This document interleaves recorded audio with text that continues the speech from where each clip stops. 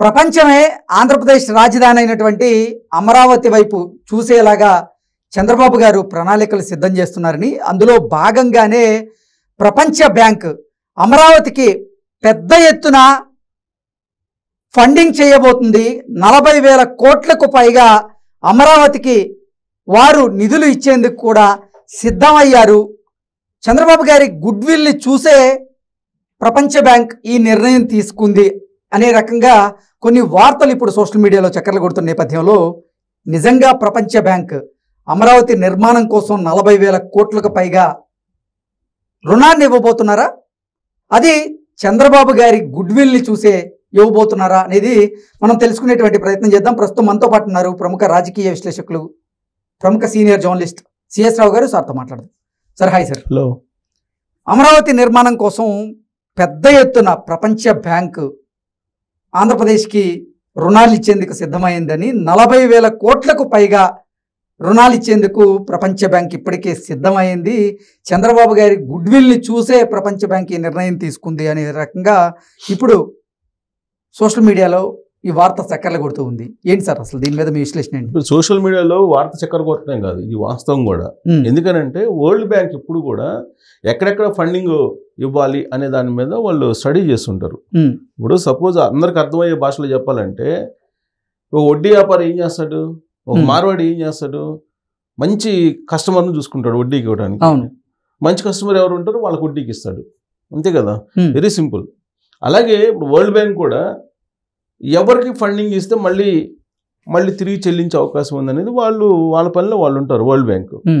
So కాబట్టి ఇప్పుడు ప్రపంచవ్యాప్తంగా కూడా బాగా భారీగా ఎవరికి ఇవ్వచ్చు అని అంటే అమరావతికి ఇవ్వచ్చు అనేటువంటి ఒక నిర్ణయానికి వరల్డ్ బ్యాంక్ ప్రతినిధులు వచ్చారు. ఇటీవల కాలంలో అమరావతి ప్రాజెక్టుకి సంబంధించినటువంటి ఆస్తులు ఇవన్నీ చూసిన తర్వాత వాళ్ళు ఎంత కావాలంటే అంత ఇవ్వడానికి సిద్ధపడ్డారు అని చెప్పి తెలుస్తుంది. తాజాగా వరల్డ్ బ్యాంక్ ప్రతినిధులు ఇచ్చినటువంటి సంకేతాలు ఏంటంటే 40,000 కోట్ల రూపాయలు ఇవ్వడానికి మేము మొదటి విడతగా సిద్ధంగా ఉన్నాము అని చెప్పి వాళ్ళు సంకేతాలు ఇచ్చారని తెలుస్తుంది.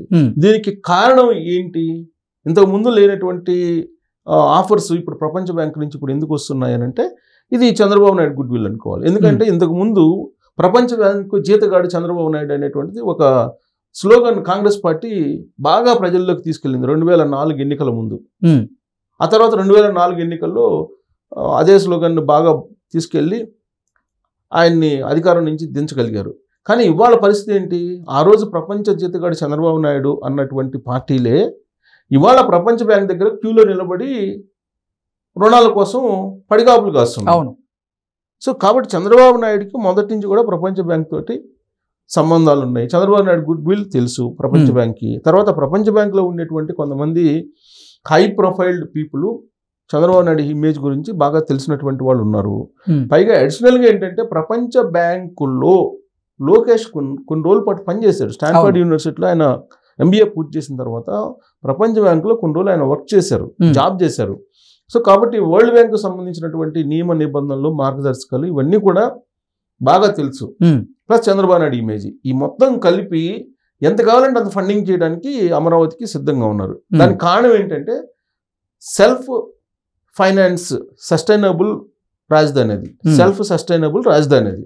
అంటే దానికి అదే మళ్ళా రికవరీ చేసుకుంటుంది అమరావతి నిర్మాణం జరిగితే అనేది ఒక కాన్సెప్ట్. అది గ్రీన్ సిటీని ఏర్పాటు చేయటం. ఇప్పటి వరకు వరల్డ్లో ఎక్కడ కూడా గ్రీన్ సిటీకి సంబంధించి ఎక్కడ లేదు. కొత్తగా ఏర్పడుతున్నటువంటి రాజధాని అమరావతి.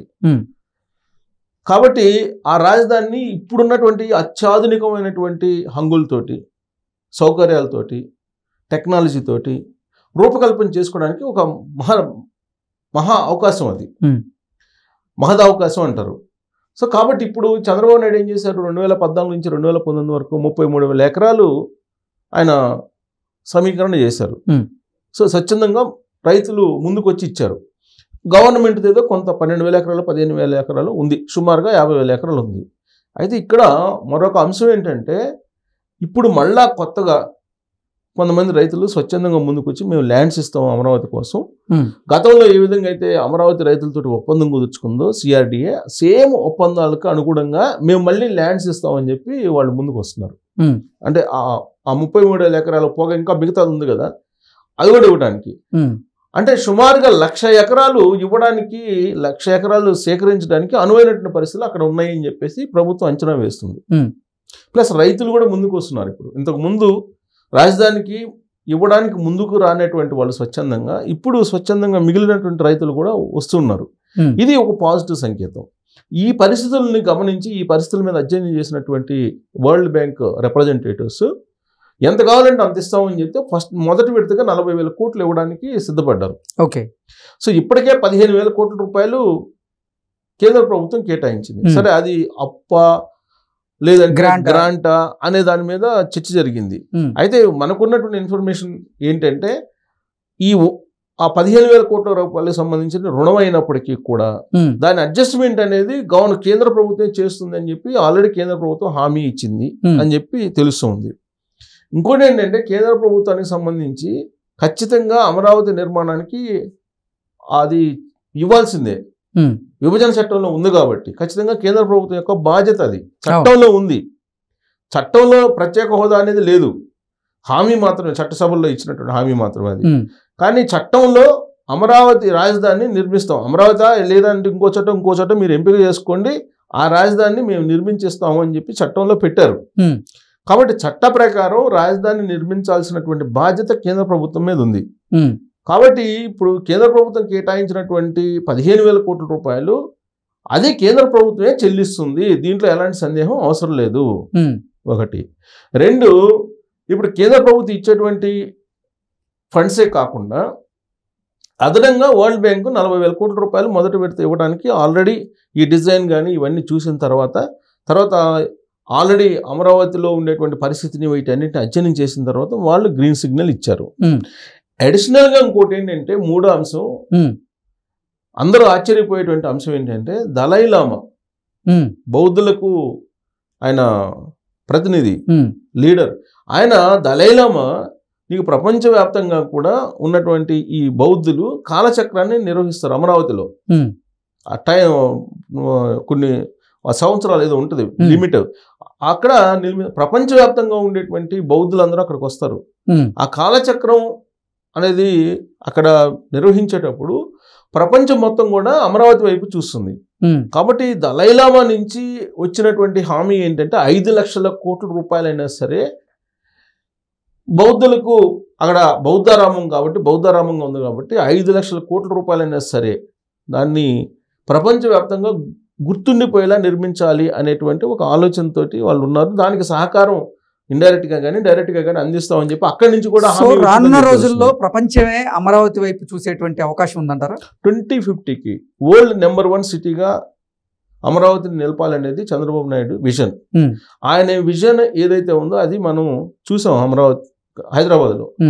సో కాబట్టి అమరావతిని కూడా మనం చూడొచ్చు. 2050లో ఖచ్చితంగా ఇవాళ చంద్రబాబు నాయుడు వేస్తున్నటువంటి పునాదులు 2050 నాటికి వరల్డ్లో నెంబర్ 1 సిటీగా అమరావతి ఉంటుంది అని చెప్పి మనం ఒక అంచనాకి రావచ్చు. అయితే ఇక్కడ ఒక కండిషన్, ఇప్పుడు విజన్ 2020 తయారు చేశాడు 25 years బ్యాక్ చంద్రబాబు నాయుడు.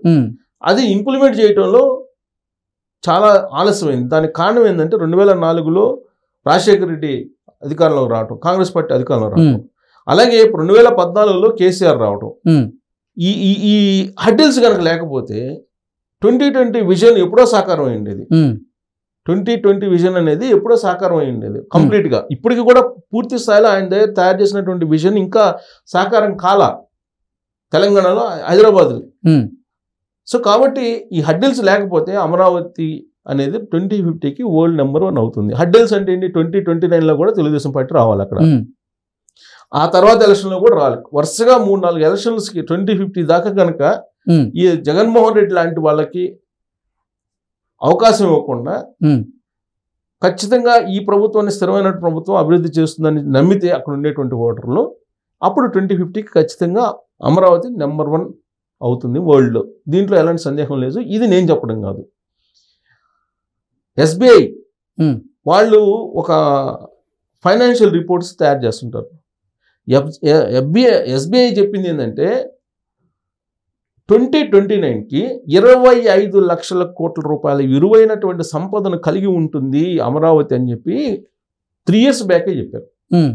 ఎప్పుడైతే జగన్మోహన్ రెడ్డి 3 రాజధానులు అన్నారు. అప్పుడు ఎస్బీఐ తయారు చేసినటువంటి ఒక రిపోర్ట్ ఏంటంటే ఫైనాన్షియల్ రిపోర్టు 2029 నాటికి 25 లక్షల కోట్ల రూపాయలు విలువైనటువంటి సంపదను కలిగి ఉంటుంది అని చెప్పింది. ఎప్పుడు ఈ డిస్టర్బెన్స్ లేకపోతే, జగన్మోహన్ రెడ్డి 3 రాజధానుల డిస్టర్బెన్స్ లేకపోతే అంత సంపద ఉండేది 2029కి, కానీ అది డిస్ట్రాయ్ అయిపోయింది అని చెప్పి వాళ్ళు రిపోర్ట్ ఇచ్చారు. సో కాబట్టి 2050కి వరల్డ్ నెంబర్ 1గా అమరావతి నిలబడాలంటే రాజకీయపరమైనటువంటి ఒడిదుడుకులు ఉండకూడదు. చంద్రబాబు నాయుడు విజన్ ఏదైతే ఉందో అది సాకారం కావాలంటే కనుక ఖచ్చితంగా ఒడిదుడుకులు లేకపోతే ఫండింగ్ అనేది రకరకాల రూపంలో వస్తుంది. ఇప్పుడు వరల్డ్ బ్యాంక్ ఎంత కావాలంటే అంత ఇవ్వడానికి రెడీగా ఉందండి. అమెరికా సిగ్నల్స్ ఇచ్చింది 40,000 కోట్లు అంటే మాటలు కాదు కదా. దలైలామా ముందుకు వస్తున్నాడు. ఇలాంటి పరిస్థితుల్లో ఆంధ్రప్రదేశ్లో ఉండేటువంటి ప్రజలు ఆలోచించుకొని, ఆంధ్రప్రదేశ్లో ఉండే ప్రజలు కనుక స్థిరమైనటువంటి ప్రభుత్వాన్ని కనుక అక్కడ నిలుపుకోగలిగితే 2050కి అమరావతి 100% వరల్డ్ నెంబర్ 1 అవుతుందని చెప్పి మనం ఖచ్చితంగా అంచనాకు రావచ్చు.